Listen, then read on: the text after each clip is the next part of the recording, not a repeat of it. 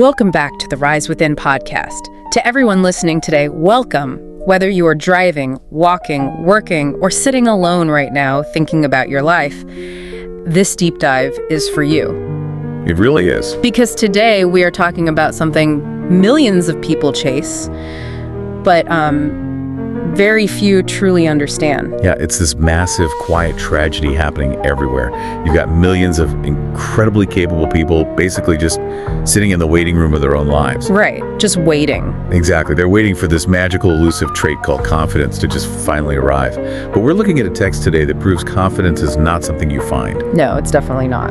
It's a structure you build. And I mean, we literally have the blueprints today. We do. We are going to unpack a narrative case study about a guy named Ethan who completely deconstructed his own insecurity using the frameworks from a book called Real Confidence. Which is such a powerful source. Oh. But we need to clarify our terms right away, because this is not about putting on a mask. Oh, absolutely not. We are not interested in that whole toxic, superficial, fake it till you make it culture. Yeah, the one that just teaches you to project arrogance so you can hide your panic. Exactly. That's just exhausting. We are looking at the actual cognitive mechanics of self-worth today. I am so glad you drew that distinction right at the start, because we are talking about the underlying architecture of self-assurance. And to understand that architecture, I think we first have to look at the faulty foundation Ethan was standing on at the beginning of the case study. Yeah, his starting point. Right. So Ethan basically viewed confidence as this exclusive genetic lottery. Like, he would look at a brilliant speaker stepping onto a stage, or, an entrepreneur taking a huge financial risk without even blinking. Or a seasoned executive commanding a boardroom. Yes. And he looked at them and genuinely believed they were fundamentally, biologically different from him. It's the illusion of innate talent, which, by the way, is an incredibly common psychological trap. Why is that? Why is it human nature to assume that confidence is this magical, innate trait rather than, a construction project? Well, the human brain hates cognitive load. It's fundamentally lazy in how it processes information. Right, it wants shortcuts. Exactly. So when we see someone performing at a really high level with absolute calm, our brain takes a shortcut. It just categorizes that person as naturally gifted. Because the alternative is too much work to think about. Yes, because acknowledging the decades of stuttering, the failed ventures, the private panic attacks, that requires too much imaginative effort. We just see the penthouse and we completely ignore the muddy, chaotic construction of the foundation. Wow. We see the penthouse and ignore the mud. That shortcut is exactly what kept Ethan paralyzed, right? Because he believed confidence was like eye color or height-like, a fixed trait. He spent years in that waiting room we mentioned earlier. Just letting life pass by. Yeah.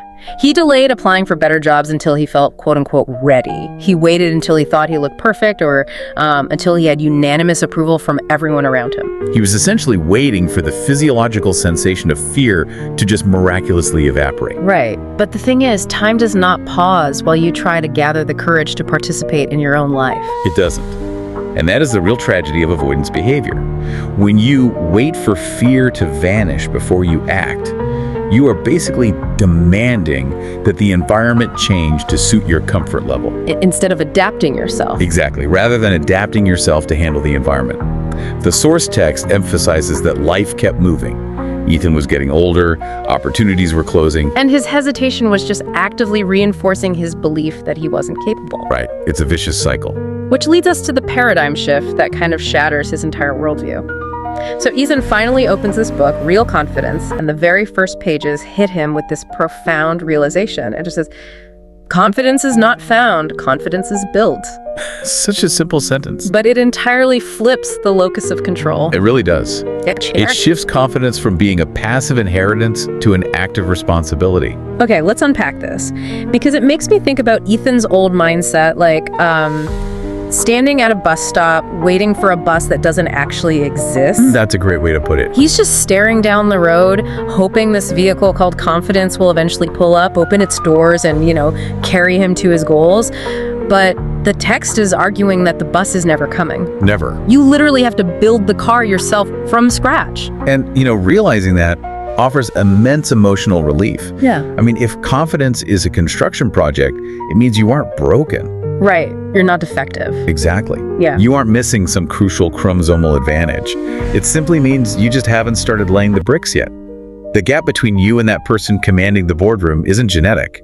It's just a gap in construction time. So if we accept that it is a construction project, the immediate question becomes, well, what does the foundation actually look like? Because Ethan can't just jump straight into giving a TED Talk. No, of course not. You need the bedrock first. Right. The source material outlines that the very first component, the first brick of the whole system, is a specific type of self-belief. But, and this is key, the text is careful to note that this isn't that loud, chest-thumping delusion of grandeur. Right, it's not toxic positivity. Ethan didn't stand in a mirror screaming, "I am a master of the universe." It was actually a quiet, almost scientific hypothesis. The internal whisper was simply, "I may not know how yet, but I can learn." That framing is so crucial because it bypasses the brain's BS detector. Yes. If you are deeply insecure and you tell yourself, "I am the best," your brain instantly rejects it. Because it knows you're lying. Exactly, because it lacks empirical evidence. But stating, "I am capable of learning," is objectively true. It's a baseline acknowledgement of neuroplasticity. And the source highlights a massive cognitive error most people make right here. The paradox of evidence, right? Yes, the paradox of evidence. Most people demand proof of their competence before they are willing to extend belief to themselves. They want the degree, the promotion, the applause, and then they will finally concede, okay, maybe I am capable. So they basically want the receipt before they make the purchase. That is exactly it. But the text argues that people who build real confidence operate in the exact reverse order. They extend provisional trust to themselves first, and that trust acts as the shovel that unearths the actual evidence. Oh, I love that. The trust is the shovel, so the belief has to precede the evidence. It has to. Otherwise, the action required to generate the evidence will never happen. You have to be willing to act on a hypothesis. And acting on that hypothesis is where the actual mechanics of the build take place. So moving to brick 2, small wins. Ethan had a history of dreaming on this massive scale, but executing on a microscopic one. Very common. Yeah. He wanted the incredible physique, the financial freedom, the dynamic social life, but his daily actions were sporadic and totally disconnected from those grand visions. Right. The text details how he shifted his strategy to focus entirely on keeping microscopic promises to himself. I mean, tiny. He made his bed every morning. He committed to walking for just 20 minutes.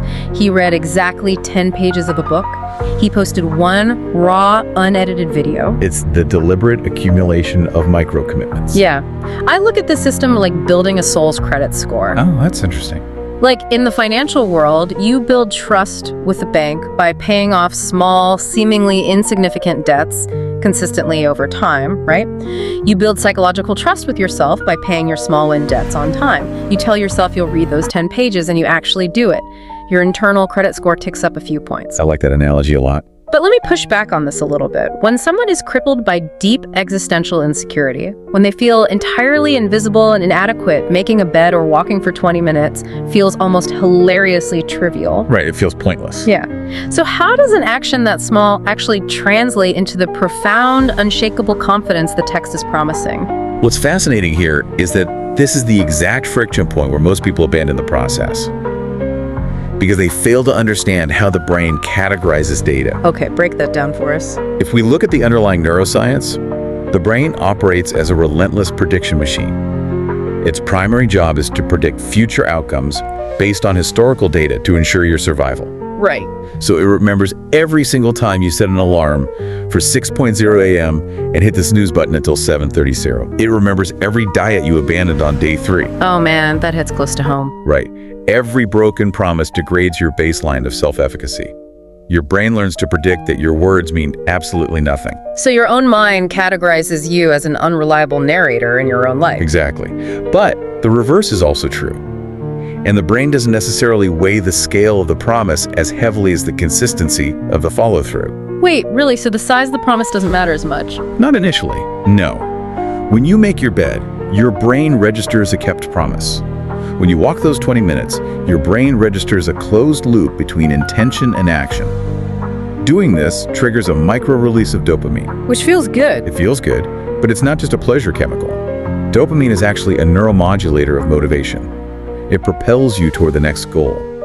So slowly, day by day, you are rewriting your brain's predictive algorithm. Wow. Each small win whispers to your subconscious, you can trust yourself. And that internal trust, that visceral, empirical knowledge that you will execute on your own intentions, is the literal biological definition of confidence. That completely reframes the entire concept of discipline. The confidence doesn't magically arise from the bed being neat and tidy. The confidence is the byproduct of realizing that you have finally become a person whose actions align with their words. Exactly. You are accumulating irrefutable evidence of your own reliability. That is incredibly powerful. Okay, but Ethan's journey couldn't just remain inside his apartment. Internal trust is the foundation, but eventually, the construction has to move outward into the world, right? Which brings us to the friction of the comfort zone. Brick 3. This is where it gets really tough. Yeah. The source material offers a brilliant, stark warning about this. It states that comfort feels safe in the moment, but over time, it aggressively shrinks your psychological geography. Every time Ethan avoided a difficult conversation or delayed a hard decision or hit a talent, he was sending a highly toxic message back to his own brain. The message of avoidance is always, the external world is dangerous, and I am fundamentally unequipped to handle it. Right. And the insidious nature of the comfort zone is that the relief you feel when you back down from a You challenge. sigh of relief, yeah. That relief is instantly coded by the amygdala as a successful survival strategy. Your brain thinks, we ran away, and we didn't die. Running away works. So the next time you face a similar challenge, the urge to run is even stronger. Exactly. It reinforces the fear. So to break that cycle, Ethan implemented a new protocol: intentional exposure. He forced himself to execute one profoundly uncomfortable action every single day. Every single day. Yeah. He made it a rule to speak first in meetings, even if his voice shook. He applied for positions where he met only half the qualifications. He hit publish on imperfect work.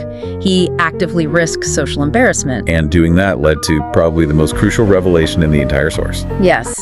Ethan finally learned the sequence of operations. He used to wait for the fear to dissipate before he acted. But he discovered that fear does not disappear first. Confidence arrives after the action. We culturally misunderstand fear so much. We treat physiological arousal like the racing heart, the sweaty palms. Right, the shaky hands. Yeah, we treat it as a stop sign. We interpret it as our intuition telling us we aren't ready. But the text correctly identifies fear as simply the entry fee to a new level of competence. It is the toll booth you have to drive through. I love that analogy so much. Fear is just the toll booth on the highway to self-assurance. You don't park your car in front of the toll booth and wait for it to vanish. You pay the toll by acting while your hands are shaking. Yes. And the neurobiological reality is that confidence does not show up to help you do the terrifying thing. Confidence is the reward you receive for doing the terrifying thing. That is so counterintuitive to how we're raised. It is, but it's true. When you push through that toll booth, your brain realizes that the perceived threat was an illusion. You survived. That realization physically overwrites the old fear pathway with a new pathway of competence. Okay, so Ethan's body is moving forward through the toll booth, but here's the catch, and this brings us to brick 4.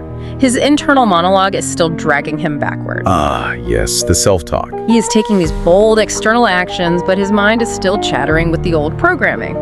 The source dives into the stickiness of negative identity here. Even as he was speaking up in meetings, his internal voice was whispering, I'm awkward, I always fail, I'm falling behind, I'm fundamentally not enough. And those are not just passing clouds of thought. When a narrative is repeated with enough emotional intensity, the brain undergoes Hebbian learning. It means neurons that fire together, wire together. Those sentences had myelinated into his core identity. They were literally wired into his brain. Which means the cognitive dissonance must have been deafening. I mean, he is acting like a confident person, but speaking to himself like a failure. It's exhausting. To bridge that gap, the text shows how he consciously had to rewire his vocabulary. He had to meticulously audit his self-talk. So, I am awkward was forcibly replaced with I am learning how to communicate. Right. I always fail was swapped for I am gathering data on what doesn't work. I am not enough became I am in the process of building. Which is such a massive shift. It is. But I have to ask about the practical application of this. I mean, we have all been caught in that downward spiral. How do you actually catch yourself in the moment when that negative self-talk is so automatic and, so deeply ingrained that it feels like the objective truth of the universe? Well, it requires an understanding of self-verification theory. Okay. The human brain actually prefers a predictable negative identity over an unpredictable positive one. Wait, why? Because predictability feels safe, even if it's negative. So when you try to change your internal language, your brain fights back. It tells you that you're lying to yourself. To overcome this, you have to utilize metacognition, which is just the ability to think about your own thinking. Becoming the observer of your thoughts. Exactly. The source material delivers a brilliant, haunting directive to manage this. It says, speak carefully, you are listening. Speak carefully, you are listening. That is profound. It is the ultimate truth of the human mind. Your brain is a constant eavesdropper. It doesn't possess an innate filter to distinguish between a harsh, exaggerated self-criticism and an empirical fact. So it just believes whatever you tell it. It simply absorbs and acts upon whatever linguistic framing you feed it most often. You catch the spiral by stepping outside of the emotional heat of the moment and acting as the editor of your own mind. Right. When you substitute "I am awkward" with "I am learning," you are not engaging in toxic positivity. You are not lying. You are choosing a more accurate, constructive, and scientifically valid truth. You are intentionally building a slower, but ultimately stronger neural pathway.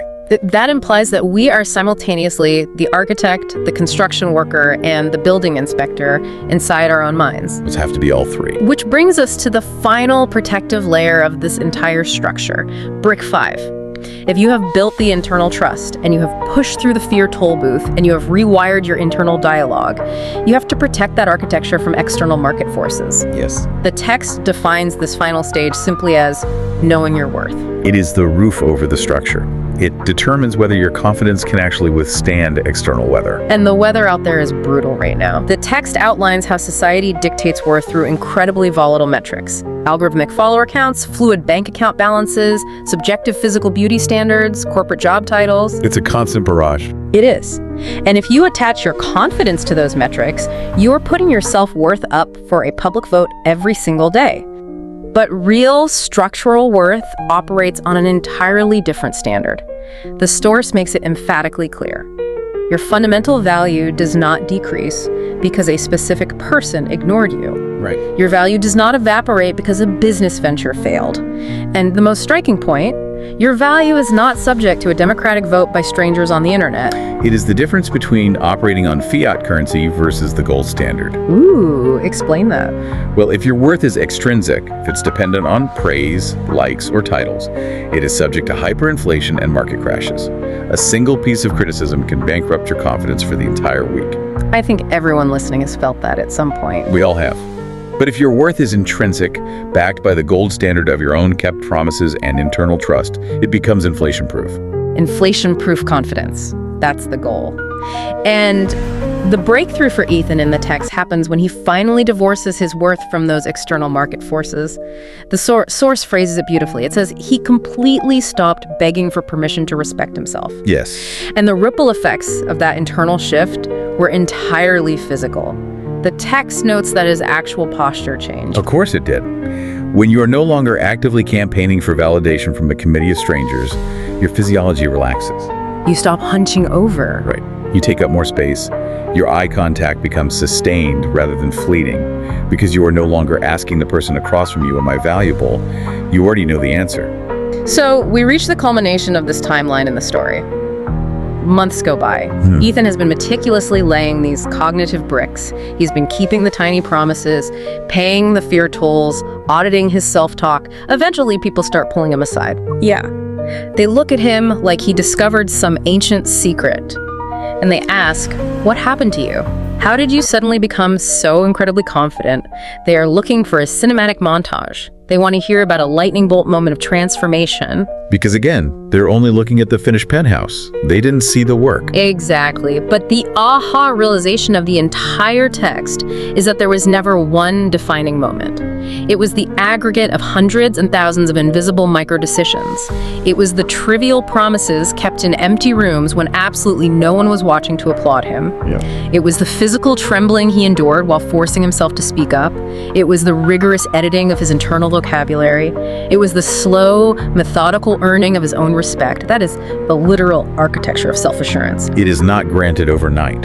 It is not acquired through external validation, and it is absolutely not achieved through superficial pretending. It is constructed deliberately against the resistance of your own brain. And, taking a cue from the source text, I want to address the listener directly right now. If you are listening to this and you feel painfully behind in life. Which is so common. It is. If you feel uncertain, invisible, or deeply insecure, I want you to know that this is actually an optimal starting position. Wait, really? Why is feeling entirely inadequate an optimal starting position? Because that insecurity is simply the raw, unshaped land where your structure is going to be built. You cannot renovate a psychology if you don't first possess a glaring awareness of the cracks in the old foundation. That makes a lot of sense. Feeling behind doesn't mean you are genetically defective. It means you are standing at the edge of the construction site and you finally have the blueprints in your hands. That completely demystifies the entire struggle. You don't have to wait for the magic bus anymore. You have the tools to build the car. So as we wrap up this deep dive, the actionable mission for you, the listener, is not to overhaul your entire personality by tomorrow morning. No, please don't try to do that. Right, you'll just burn out. The mission is to lay one single brick today. Make one tiny promise to yourself and execute it. Drive through one small toll booth of fear, no matter how insignificant it seems to the outside world. Just one. Start paying into that internal credit score, because if you do that consistently, compound interest takes over. One day, people are going to look at your unshakable posture, they will call you naturally confident, and they will have absolutely no comprehension of the quiet, relentless engineering it took for you to build that identity. We have spent this entire deep dive discussing the mechanics of what you are building today. But I want to leave you with a psychological exercise to carry into your week. Let's hear it. I want you to mentally fast forward and imagine meeting the version of yourself 5 years from now. The person who actually laid one tiny brick every single day since listening to this conversation. The fully constructed version. Yes. That future version of you has kept thousands of consecutive promises. They have rewired their neural pathways. Their internal worth is entirely inflation-proof. If that future, fully constructed, unshakable version of you could walk into the room right now, look you in the eye, and analyze your current struggles, what is the very first thing they would tell you to stop being afraid of?